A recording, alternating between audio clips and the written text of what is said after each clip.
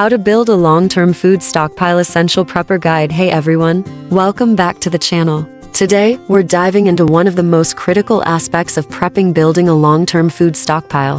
Whether you're preparing for natural disasters, economic collapse, or just want peace of mind, having a well-planned food supply is key to survival. Let's jump in. Step 1. Determine your food needs before stockpiling. You need to figure out exactly how much food you need.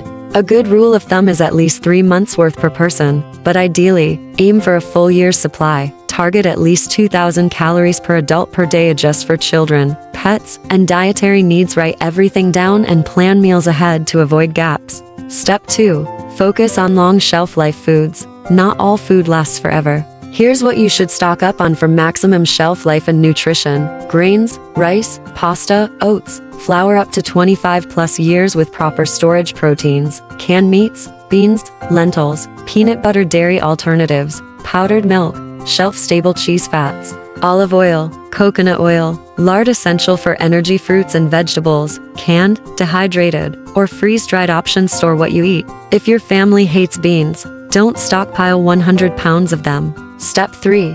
Store food properly. Storage mistakes can ruin your food stockpile. Heat, moisture, and pests are your worst enemies.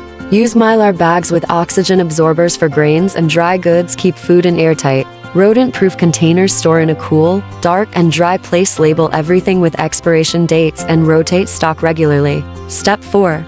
Water storage and purification. You can't cook or survive without water. Store at least 1 gallon per person per day and have multiple purification methods. Water storage, food-grade containers, bottled water, rainwater collection. Water purification, filters, boiling, purification tablets. Rotate stored water every 6 months to keep it fresh. Step 5.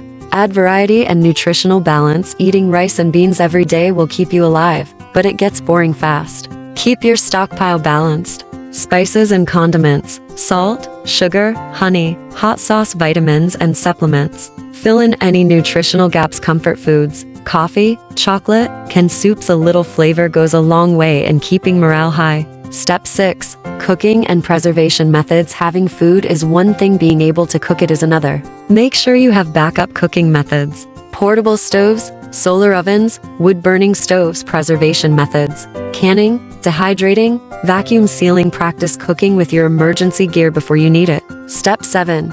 Keep your stockpile secure. Your stockpile is an investment. Protect it. Keep it organized, hidden, and secure to avoid theft or spoilage.